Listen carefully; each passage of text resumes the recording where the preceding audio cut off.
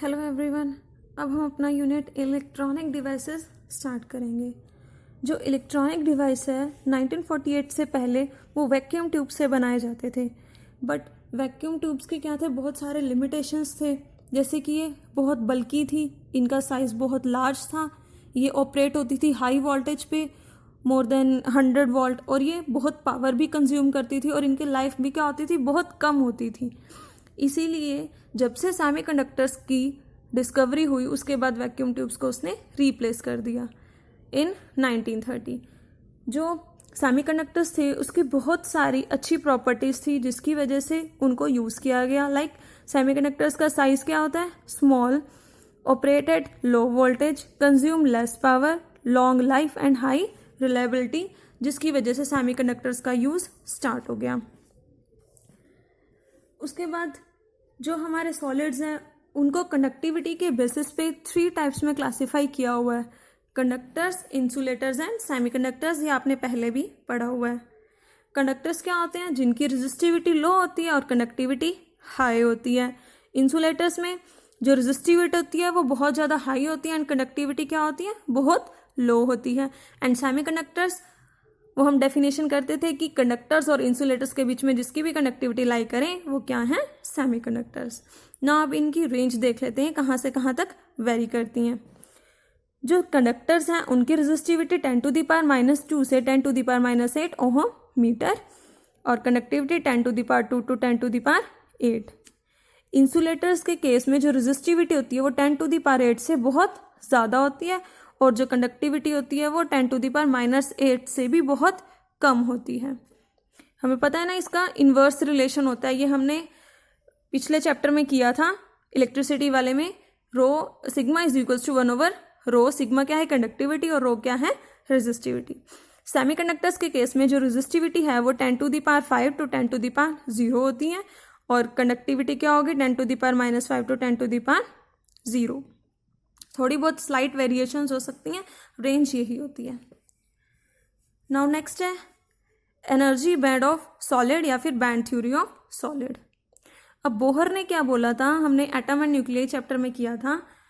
जो इलेक्ट्रॉन्स है isolated state में उनकी क्या होती है, डिस्क्रीट एनर्जी होती है। आइसोलेटेड मतलब सिंगल एटम। अगर हम सिंगल एटम की बात करें, आइसोलेटेड एटम की बात करें, उसमें क्या होता है, डिस्क्रीट एनर्जी लेवल्स होते हैं। हमने ये कैलकुलेट भी की थी ना एनर्जीज, -13.6/n² से फॉर्मूले से, जहाँ पे हम n की value 1 2 3 4 up to so on put करते रहते हैं और सभी एनर्जीज की हमें वैल्यू मिल जाती है, सभी लेवल की एनर्जीज की वैल्यू मिल जाती है। जैसे फर्स्ट की आती है -13.6 इलेक्ट्रॉन वोल्ट, सेकेंड की आती है -3.4, थर्ड की अप टू so on, ये हमें वैल्यूज मिलती रहती है। मतलब ये कैसे है, डिस्क्रीट अमाउंट ऑफ एनर्जी है, इनकी वैल्यूज क्या है, एनर्जी की फिक्स वैल्यूज हैं। बट अगर large number of atoms combine कर जाएं, यहाँ पे किसकी बात की थी, एक सिंगल एटम की। अगर बहुत सारे एटम्स कंबाइन करेंगे, जैसे अब एक एटम है उसके साथ में एक दूसरा एटम, उसके साथ में तीसरा एटम, ऐसे क्या होगा, बहुत सारे एटम से सराउंड होगा। ऐसे जो कॉर्नर वाला एटम होगा वो थोड़े कम एटम से सराउंड होगा एज कम्पेयर टू बीच वाले से। थोड़ा जो साइड वाला होगा वो भी क्या होगा, थोड़े कम एटम से कंबाइन होगा। मतलब सभी क्या करेंगे, सभी की इंटरेक्शंस क्या होंगी, डिफरेंट इंटरेक्शंस होंगी। If large number of atoms come closer to form a crystal they begins to influence each other, वो एक दूसरे को क्या करेंगे, इन्फ्लुएंस करेंगे, जिसकी वजह से जो उनकी एनर्जीज होंगी वो ये भी सिमिलर नहीं रहेंगी, ये भी क्या होगी, डिफरेंट। ये किस में थी एनर्जीज, आइसोलेटेड एटम में, बट अब क्या आ गया, क्रिस्टल फॉर्म आ गई।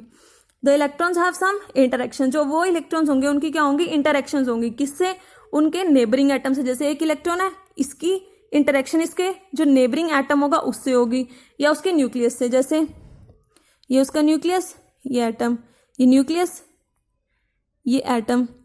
तो क्या होगा, अब जो ये इलेक्ट्रॉन है इसकी क्या होगी, इंटरेक्शन इस इलेक्ट्रॉन से भी होगी और इसके न्यूक्लियस से भी होगी। ये भी पॉजिटिव चार्ज, ये क्या करना चाहेगा, इसको अट्रैक्ट करना चाहेगा। सिमिलरली ये इसके न्यूक्लियस के साथ तो है ही है इसकी इंटरेक्शन। जैसे सिलिकॉन, सिलिकॉन में कितने वैलेंस इलेक्ट्रॉन होते हैं, 4 1। ऐसे सिलिकॉन क्या करता है, शेयर करता है एक इलेक्ट्रॉन इस वाले के साथ। अब ये जो इलेक्ट्रॉन है किससे शेयर होता है, कोवलेंट बॉन्ड से। कोवलेंट बॉन्ड बना लेते हैं कि ये कहता है कि ये इलेक्ट्रॉन तेरा भी, ये इलेक्ट्रॉन मेरा भी।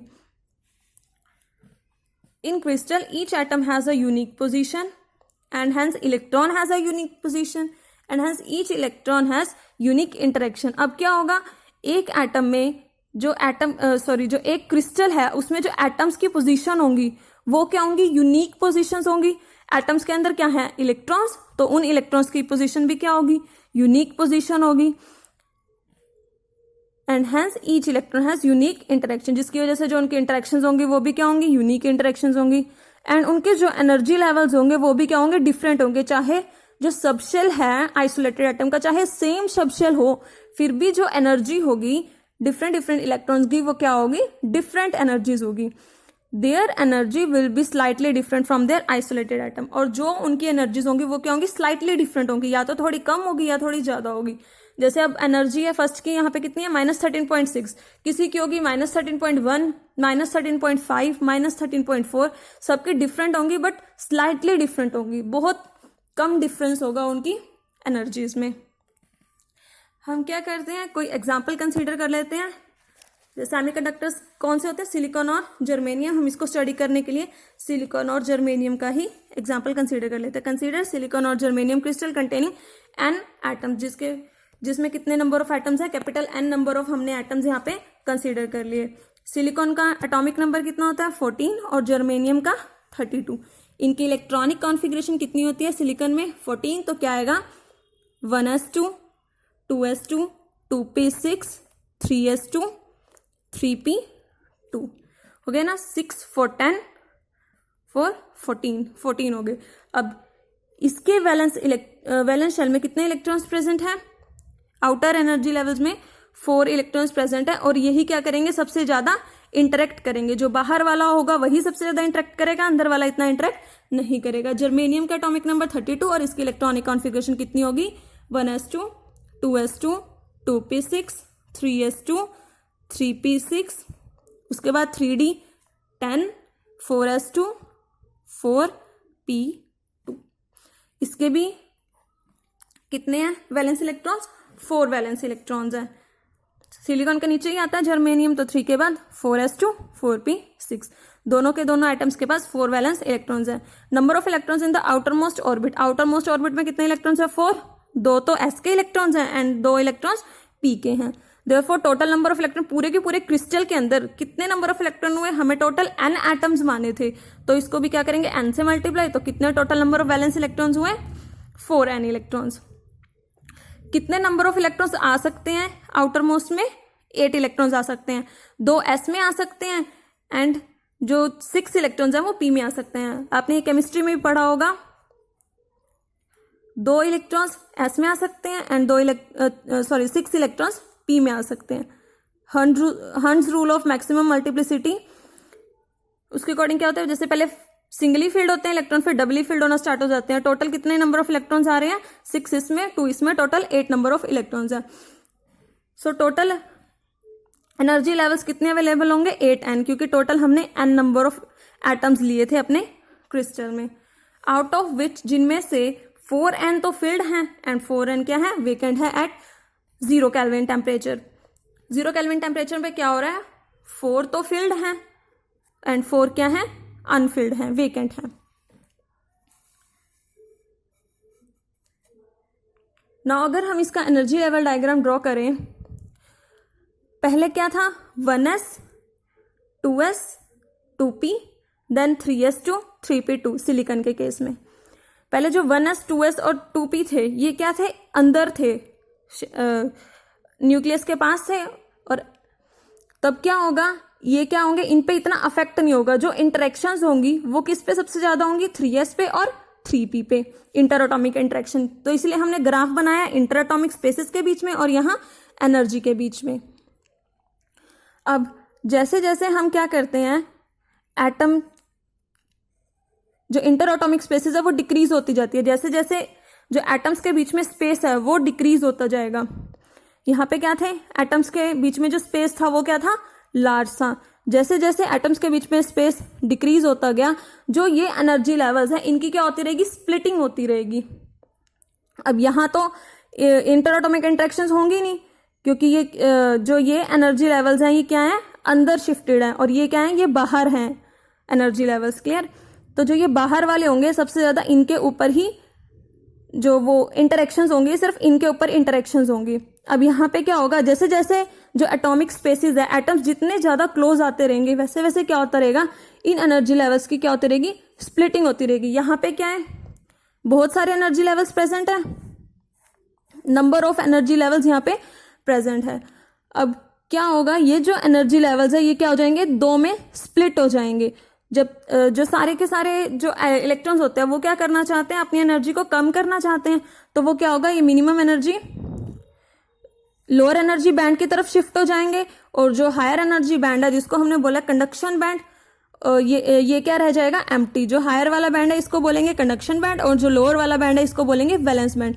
जो सबसे ज्यादा इलेक्ट्रॉन्स होंगे वो वैलेंस बैंड में होंगे, और जो कंडक्शन बैंड है वो क्या रहेगा, एम्प्टी रहेगा, जब टेम्परेचर क्या होगा, 0 केल्विन होगा। सिलिकॉन के केस में क्या होगा, 4 n स्टेट्स क्या रहेंगी, वेकेंट रहेंगी, और 4 n स्टेट्स फिल्ड रहेंगी। और जो ये बीच में एनर्जी गैप है इसको रिप्रेजेंट करते हैं Eg से, और इसको बोलते हैं फॉरबिडन एनर्जी गैप। ये किसके केस में किया हमने, सिलिकॉन के केस में। ये कौन सा बैंड है, वैलेंस बैंड, और ऊपर कौन सा है, कंडक्शन बैंड। नीचे वैलेंस बैंड बनेगा और ऊपर कौन सा बनेगा, कंडक्शन बैंड बनेगा। जैसे जैसे हम इंटर एटॉमिक स्पेसिस क्या होती जाएगी, कम होती जाएगी, वैसे वैसे जो एनर्जी लेवल्स है वो क्या होते रहेंगे, स्प्लिट होते रहेंगे। यही एनर्जी लेवल्स क्या हो रहे हैं, स्प्लिट हो रहे हैं। नाउ नेक्स्ट हम इसको सिंपल वे में देख लेते हैं कैसे बनता है डायग्राम। ये इसी डायग्राम को क्या किया हुआ है, सिंप्लीफाई किया हुआ है। नीचे बना वैलेंस बैंड, ऊपर कंडक्शन बैंड। जो वैलेंस बैंड है उसमें क्या है, इलेक्ट्रॉन्स फील्ड है, और ऊपर क्या है, कंडक्शन बैंड, जो क्या है, बिल्कुल एम्प्टी है। इसको हमने EV से रिप्रेजेंट कर दिया, और इसकी एनर्जी को हमने कंडक्शन बैंड की को EC से रिप्रेजेंट कर दिया। तो वैलेंस बैंड और कंडक्शन बैंड होता क्या है, वैलेंस बैंड क्या है, जो सबसे नीचे प्रेजेंट होता है, लोअर बैंड भी बोल सकते हैं इसको। और ये क्या है, या तो पार्शली फिल्ड है या कंप्लीटली फिल्ड है, ये कभी भी खाली नहीं होता है, नेवर एम्प्टी, और ये कंडक्ट भी नहीं कर सकता। नेक्स्ट कंडक्शन बैंड क्या होता है, जो सबसे ऊपर प्रेजेंट है, अपर बैंड, और इसमें इलेक्ट्रॉन्स प्रेजेंट हो भी सकते हैं और नहीं भी हो सकते। 0 केल्विन पे तो इलेक्ट्रॉन प्रेजेंट होते नहीं है। हायर टेम्परेचर पे क्या होगा, थर्मी आयंस की वजह से इलेक्ट्रॉन्स प्रेजेंट हो सकते हैं। नेक्स्ट क्या है, जो कंडक्शन बैंड है, it contributes to electric current. ये क्या करता है, कंडक्ट करता है। Next one is the energy gap. Energy gap क्या है, it is a separation between the higher and the lower energy level. ये क्या है, सेपरेशन है हायर और लोअर एनर्जी लेवल के बीच में, और इसमें क्या होता है, कोई भी इलेक्ट्रॉन नहीं पाया जाता। सिर्फ इलेक्ट्रॉन्स कहाँ प्रेजेंट होते हैं, वैलेंस बैंड में, एंड कंडक्शन बैंड क्या रहता है, empty. Next is the difference between conductor, semiconductor and insulator on the basis of band theory. Conductors कौन से होते हैं, जो इलेक्ट्रिसिटी को कंडक्ट करते हैं। कंडक्ट कब करेंगे, अभी हमने देखा था फॉरबिडन एनर्जी गैप, जिसको हमने रिप्रेजेंट किया था Eg से। जितनी ज्यादा Eg की वैल्यू कम होगी उतने ज्यादा क्या करेंगे, इलेक्ट्रॉन इजीली जंप कर सकते हैं वैलेंस बैंड से कंडक्शन बैंड में। अब यहाँ पे क्या, कंडक्टर्स के केस में क्या होता है कि जो वैलेंस बैंड है और कंडक्शन बैंड है ये क्या करते हैं, ओवरलैप करते हैं।